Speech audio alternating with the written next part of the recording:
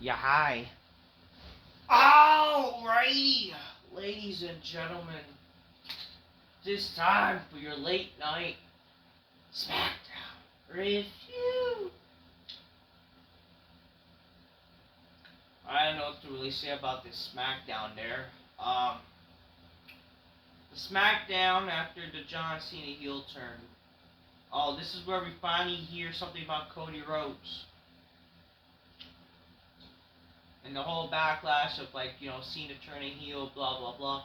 Listen, this show had no love. Let's be for you here. I hate that there's wrestling fans that are making excuses for John Cena not being there, The Rock not being there, or whatever. I mean, sure, Cody was there. Again, I'm not the biggest Cody fan, okay? Well, let's be honest here. The biggest segment in recent memory, and John Cena's not there, The Rock not being there, them not filming something new. Just the entire, it also doesn't help that the entire fucking show, it's always Cena turning heel, Cena turning heel here, Cena turning heel, I think every moment, what they had is them showcasing the fucking heel turn. Like, we get it! He's heel now, we get it! They show the same fucking clip each and every second they can. And it just gives me the idea, like, my god. The problem with WWE is that they always think of good, they always want to have big moments, right? They do big moments, but then they slowly waste their time because they go from, sure, they have a big moment that's happening for the sake of doing it, really more so, and then they basically just slow burning this shit because they clearly have nothing planned to do things properly. That's the problem. They literally probably did a John Cena heel turn just for the sake of the moment, and don't really have anything planned. You're not. I won't be surprised. That's my worry about John Cena's heel turn. That it'll be just a sake of a moment thing, where they don't really want to bother, and it's a waste of time. For the smarts that are gonna pretend to act like this is a good thing, they're living off the heel turn. Well, they're doing a bad thing by not really having good writing, and also just, you know.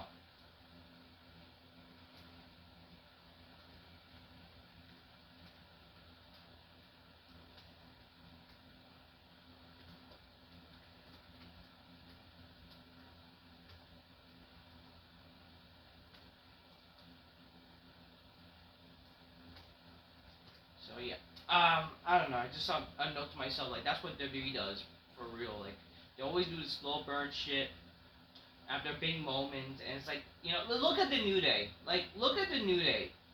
The New Day, they had their big heel turn, right? And then yet, it fizzled to nobody really caring about that heel turn. So, I have nothing else to really say. If Cena's not gonna be there, I get it. Oh, he's not. He's filming. Okay, whatever. Which is what kind of probably the reason. Maybe this heel turn is probably just gonna be a waste. But if he's not gonna be there, and you have Cody being there and do his thing, you should have had also the wrestlers reacting more, not just Randy Orton and CM Punk. You should have had at least the whole roster still reflecting, the SmackDown side of things reflecting on John Cena turning heel. You know what I mean, folks?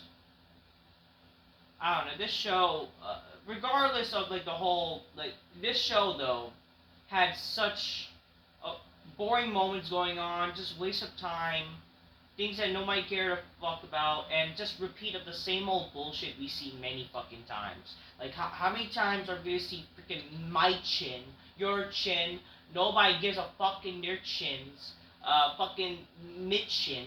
Who the fuck's gonna care about my chin, your chin, garbage chin? Should deserves in a trash chin. Get hit with a trash bin. Who's gonna fucking cares about that? How many times we're gonna see that garbage match? Mike Meechin versus Chelsea Green. How many times we're gonna see freaking Jimmy Uso versus Drew McIntyre? How many times we see Nakamura versus LA Knight? How many times we see freaking Braun Strowman interacting with freaking Jacob Fatu? You see, if you think this is how you make stories, you're fucking wrong. That's not how you make fucking stories. Stories are fucking building. And if you guys think that, WWE has, still 4 more weeks till John Cena's there, that's not a problem. You see, that's the problem with fucking WWE booking nowadays. You see, back in the day when there was a wrestling pay-per-view, every week mattered where you're building up the show. No matter how many times, how long you have a pay-per-view for, you had the whole advantage to build stories. That's the perfect time to build stories for 8 weeks. We're literally 8 weeks before WrestleMania. Well, now almost going to be 7 weeks. It should be enough time to have creative juices going around, and every week have the creativity to make a good show and to make good stories going on. Unfortunately, WWE's like to waste their time. They like to just, provide shit to just do this whole boring, slow burn bullshit, and that's not exciting at all. Okay, that's not exciting at all. Slow burns only really work at a certain time when done correctly. If you think that Triple H's whole slow burn shit works, you're retarded. Because it doesn't, it clearly doesn't work. Especially nowadays, and especially when you're on fucking Netflix with Monday Night Raw and you lost your fucking viewership for like 3-something million viewers from originally who watched their fucking show. Smackdown, where the fact that Smackdown literally got like record low ratings with the show for a Friday night. If you guys think that slow burns work, you guys are retarded, okay? And they're clearly, unfortunately, living off John Cena's heel turn. They're living off without him being there, unfortunately, which is sad. Way to freaking waste people's time. But anyways, we're gonna get through this show and mention what happened on the show. I just think that, again, there could be a bunch of ways to handle this, make this show exciting, Even with Cena and Rock not being there. With Cody being there, there should be I should have felt some more heat, with Cody. Where, Cody shouldn't be, nicey-dancy. He should fucking voice, the frustrations of everybody, as an actual babyface, how Cena turned his back on the kids. How dare you, man? We looked up to you and shit like that. Shit like that, right? It's just he wants to go in on Shakespearean freaking dialogue using stupid languages. It's like, motherfucker, can you actually fucking be angry for crying out loud? And my daughter asked, why do you like Papa? Why you look hurt? She knows you're a fucking wrestler. And yet you're gonna fucking say, I got hit in the door. What the fuck does that mean? Oh, God. And yeah, use the fucking typical abuse excuse. Whatever. Anyways, the show started with, the recap of freaking Elimination Chamber. And Randy Orton shows up. So Orton is a babyface, whatever. It's kind of weird, seeing a dynamic of now a guy like Randy Orton is a babyface and John Cena is the heel. It's really fucking weird. So Randy Orton, he says, hey, so Philly, a lot of crazy things happened since I was gone, right? Just look at last week for so far. So long I could remember since I started this business. John Cena's always been the top of this profession, and now he's in the bottom for Rock. That gives you a whole new term for rock bottom, doesn't it, John? But I digress, ladies. So he makes a bottom joke. With Randy Orton, I don't think he has that much charisma to really, pull off a funny joke like that. Sure, in theory it's funny, but, at the same time, it's not really funny as how he said it, because he said it so monotone. But whatever. Again, I don't hate Randy Orton. I think Randy Orton is, again, one of the... It's a darn shame with Randy Orton that they fail to, utilize him at times. It makes it feel Orton is one of the biggest stars you have, and you make him feel forgettable, unfortunately. You know what I mean, folks? hopefully that's not the case anymore. But anyways, John Cena, Randy Orton, he mentioned John Cena. I mean, I would wish he would have mentioned John Cena more and kind of like dig deep to like his thoughts about John Cena turning heel. Like he could have been like, it's abnormal to see a guy like John. He also mentioned first of all, I digress. Ladies and gentlemen, welcome to SmackDown. Like, why you gotta fucking say welcome to SmackDown? We get it. That's a commentator's job. Every fucking gay babyface gotta do that shit. Anyways, she says, like, now I bring up John. He's one of the few friends I have in this business. I mean, I thought we're not supposed to leave their best friends for fucking crying out loud. Like, you could, it would have been nice if Orton mentioned their feud. But no, he didn't really. Just like, we've been friends, but, one of you guys I had friends in the business. Our careers have parallel each other, but we got a lot in common. The short list of people I was friends with, and one of those people is also the short list is Kevin Owens, and so it leads to him talking about Kevin Owens instead of really kind of giving his true thoughts of John Cena. Like he could have freaking talked about, basically more so like Punk said, but kind of elaborate, like, this is the same guy. Like my thing is, this is an opportunity for the roster to reflect on what they think of John Cena. Make his presence feel felt. And give their thoughts on the guy who preached never give up, hustle, loyalty, respect, goody two-shoes John, and how, like, wow, he abused that idea, him being good to the kids and all this shit, and then, like, pulling off this now heel turn, like, it should have been their way of giving their thoughts. Even freaking past rivals of John Cena, including Randy Orton, but he didn't really seem to really dig to that much, Like, I understand trying to build up Mania and trying to build this Owens feud, but that would have been kind of cool if they, like, kind of mentioned both, you know what I mean, folks? Me and Kevin, we have a lot in common, but we both know what things to do. Like, we crossed the line, we pushed the envelope time and time again, but the thing is, I got to always get the job done, and it was always a name of business. You see, guys, Kevin Owens, the wrestler, I respect what he's done, busted his ass, but it's Kevin Owens I have a problem with. There's a question like butcher it, like verbatim, it's never underrates a jealous man ability to destroy another man. If you ask me, that's Kevin Owens to a T. He veins runs with jealousy. Case in point, look at Cody Rhodes. He dropped Cody Rhodes on the head with a package pile driver.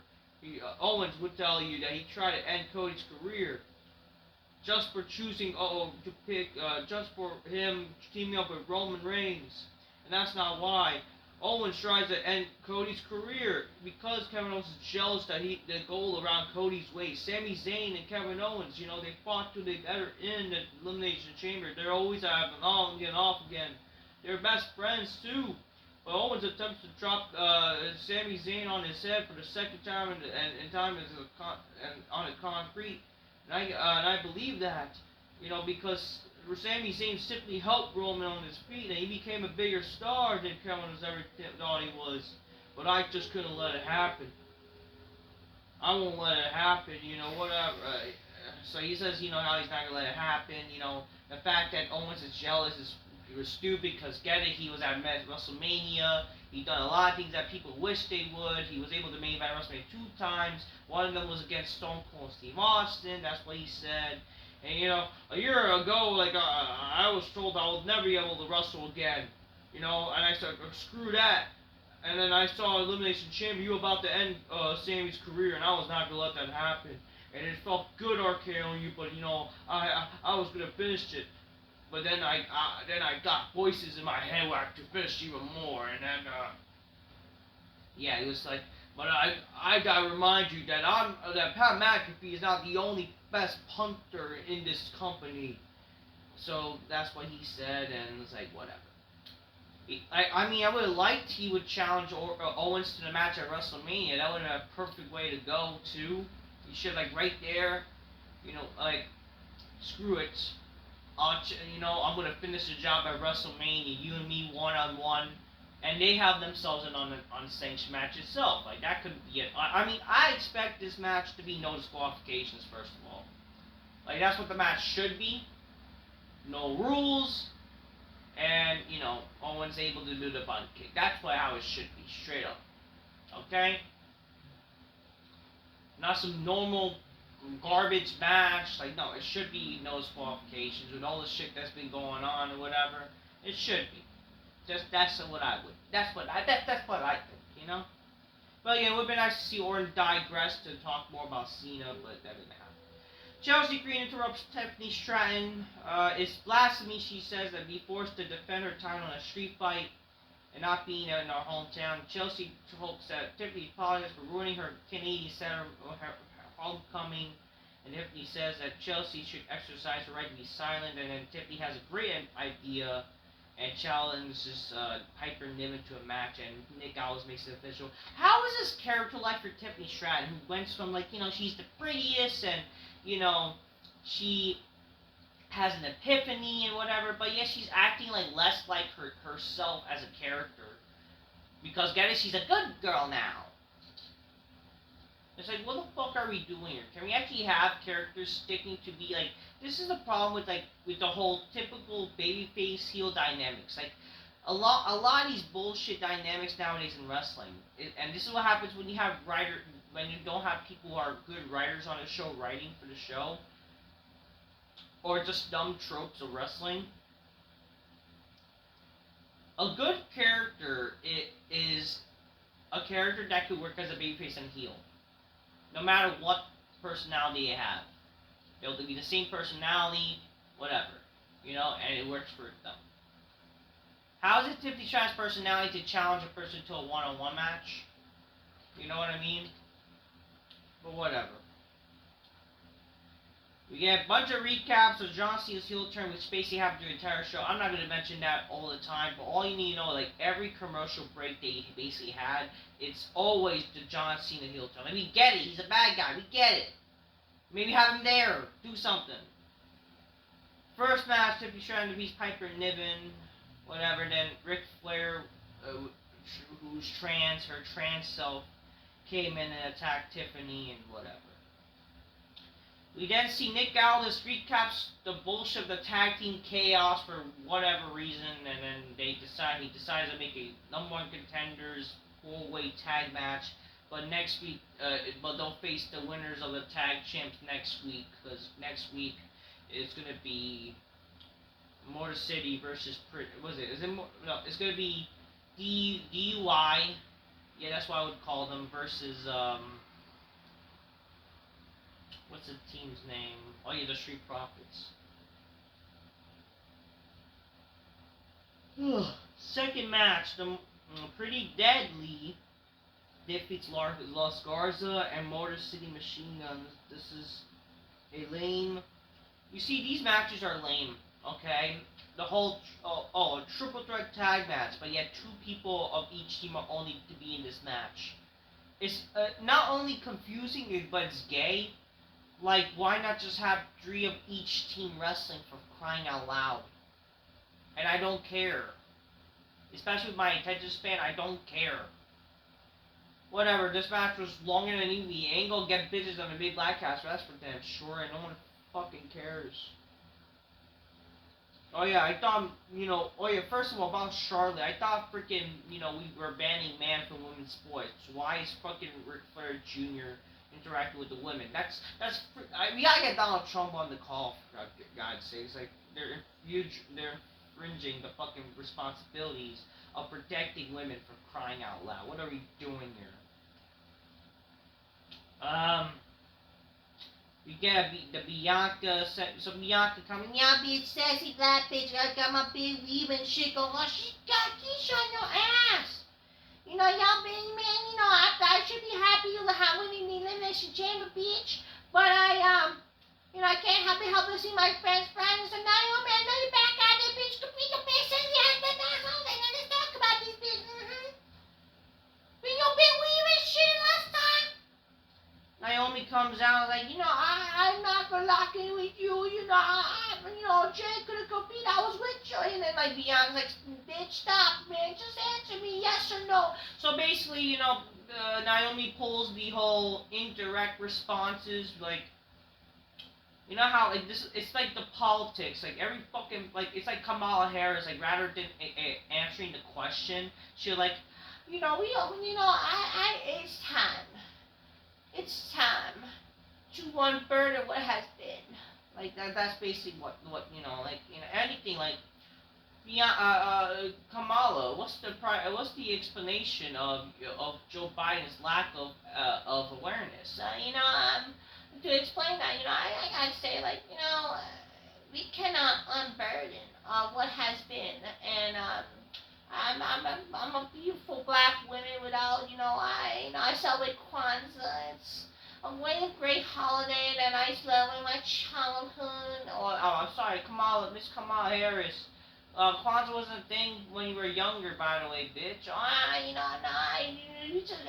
can't say that because we just can't unburden what has been. What has been is, we cannot unburden what has been. It's like, I'm just be sucking and fucking all these fucking little kids, and we can't unburden what has been with that, and I be fucking, I gotta go back talk to my girlfriends, and just have to, just get railed by them, because my cuckold husband can't do that for me. We cannot unburden that. And it's like, bitch, shut the fuck up. It's like, fucking, I don't know, Naomi was basically doing that kind of shit. By the way, that's an example. Then, I don't know, did you attack Jay, yes or no? And then I got, there's outside noise, you should be fucking like, Naomi, give me an answer, yes or no? And then like, what do I feel about Jay? Like, yeah, bitch, I attacked her, all for you, I did it for you, being good, like, cause get it out, she pulled like, I did it for The Rock, I did it for the people, but it's like dumb, annoying, fucking ghetto ass, shitty, whatever. I mean, this is whatever, it's fine, it's whatever. Oh, emotion, it's not terrible, it's just like, but then, like, I don't really care. Jade Cargill comes out after it's all emotional, and Jade couldn't believe it, like, how dare you, like, hit Bianca, it doesn't help, and like, and then like, you really gonna choose her over me? I helped you, bitch, I helped you, I loved you, you bitch. It's like two guys fighting over a girl, for crying out loud, you know what I mean? But yet this is some fucking weird ghetto lesbo shit that, I don't know, they're all like fighting over a she-hulky bitch, you know what I mean?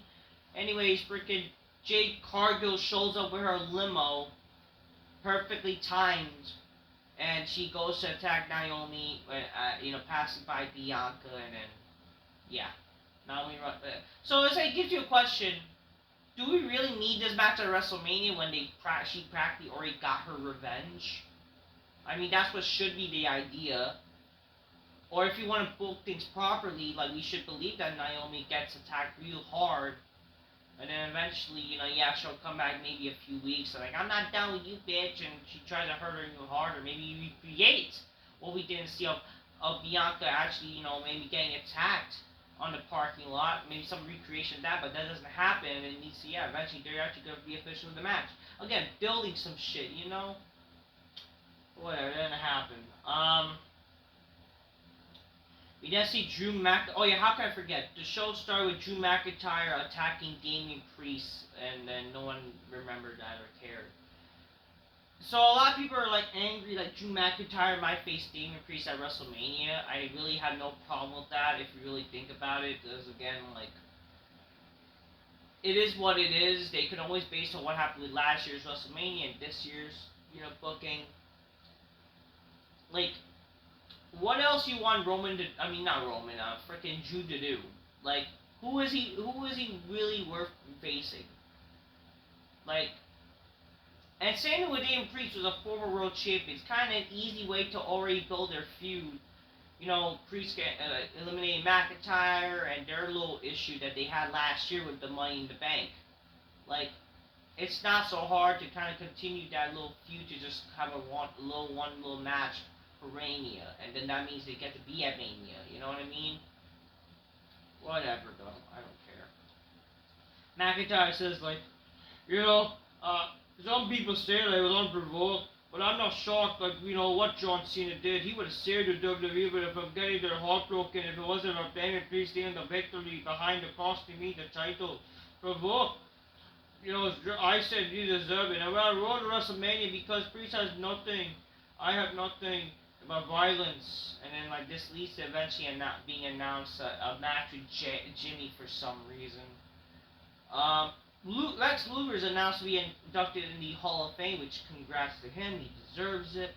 And the fact that he can be able to walk is a good thing.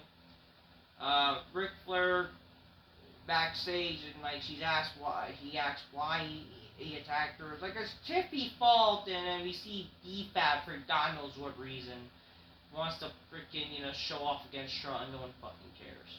The third match, Braun Strowman defeats. He defeated. What's his name? Yeah, Solo Sikoa by disqualification because Tom Tonga got involved, the Bloodline people got involved, but then Shigeta Strowman's able to fight off Jacob Fatu. The fight looked a little sloppy, by the way, though, so there might be some miscommunications or whatever the fuck it is. And then yeah, Strowman choke slammed Jacob out. Like they eventually brawled to the back by the backstage area, which. They, basically the arena side of the back of the production crew shit. And then eventually, and then what's his name? I don't know. I don't fucking know. I don't care. Oh yeah, Fatu stands up tall. Even though it chokes. I don't care. Chelsea Green chased on Piper Niven, trying to get ready for the street fight match, and then the fourth match, Chelsea Green defeats Michin in a Philadelphia street fight to retain her women's U.S. title. She dressed up as Cactus Jack, which, okay, fine. During this match, this match was longer than it needed. It could have been a fun match, but no, just long for the sake of being long. And, yeah, Chelsea did win because Kaylee Ray, who's now going to be one of the assistants of Miss Chelsea Green.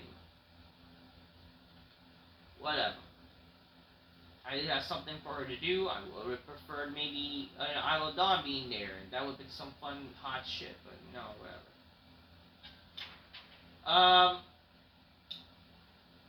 Whatever. Then we see Santos scolding Los Garza in the locker room, but then we see Andrade tells Alberto, you don't deserve to be treated like this. And then, great, this is TJ, some stupid lucha fucking dumb Mexican feud that no one cares about.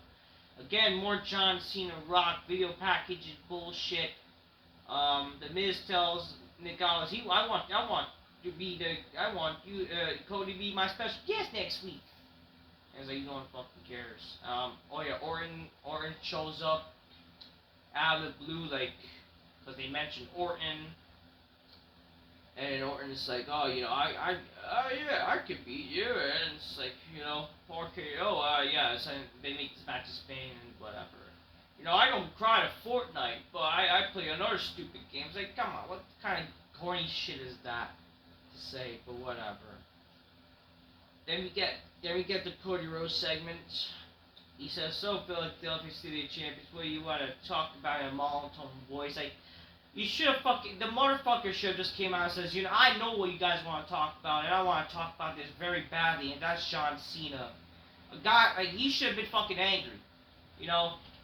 He should have there should have been heat. They're like, no, all he said is like, I've been late, I just, the obvious question is the obvious answer. It's the most watched moment in WWE history, and the most, and I'm here living the battle of tasting my own blood, and then my daughter asked, what did happen to you? And I told her a white lie. Like, motherfucker, your daughter knows you're a wrestler. I don't get this shit. I know John for 2 years. I know John, like, we took, went by city show to show.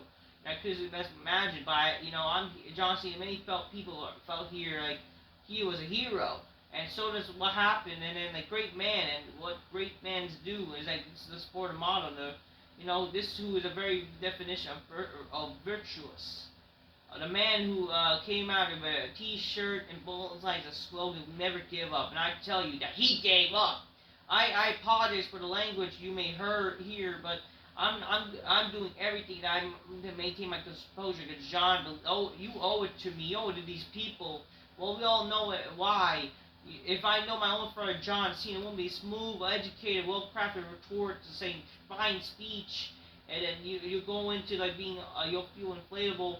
You're going high in hopes, and I don't know what the story is, but one place that I'm afraid of, like I'm not afraid, and he mentions freaking stupid like Philadelphia, like which they're like, oh, my old man was afraid, but he mentions he wears face paint showing his toughness, and he sound me to cheer, but the beauty is you guys didn't choose me, you guys chose me to be your man, and I could be very clear, like he's like thanking the crowd and shit. It's like whatever, calm down.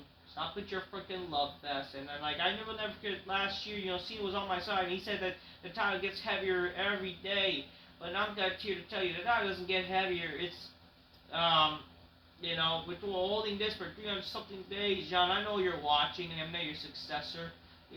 I know you think that your successor had to look like you or had to talk like you, had to be like you. Well, next one doesn't have to look like the last time. You got convinced that it'll be the last of your kind. You're not standing. I'm holding this in my hand and it weighs nothing.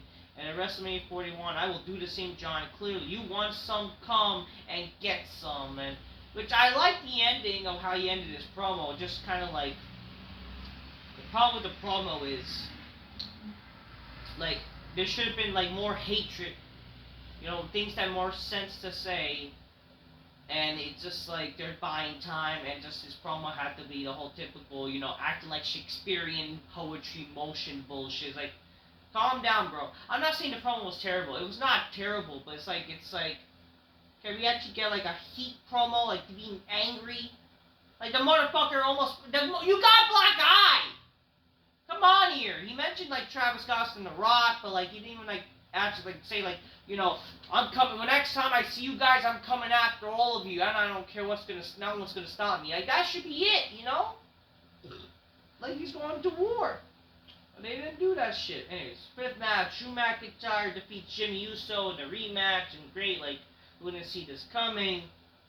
And he goes to attack, McIntyre, whatever. He's back to Damian Priest again, but then we see Damian Priest shows up and attack McIntyre to make the little save.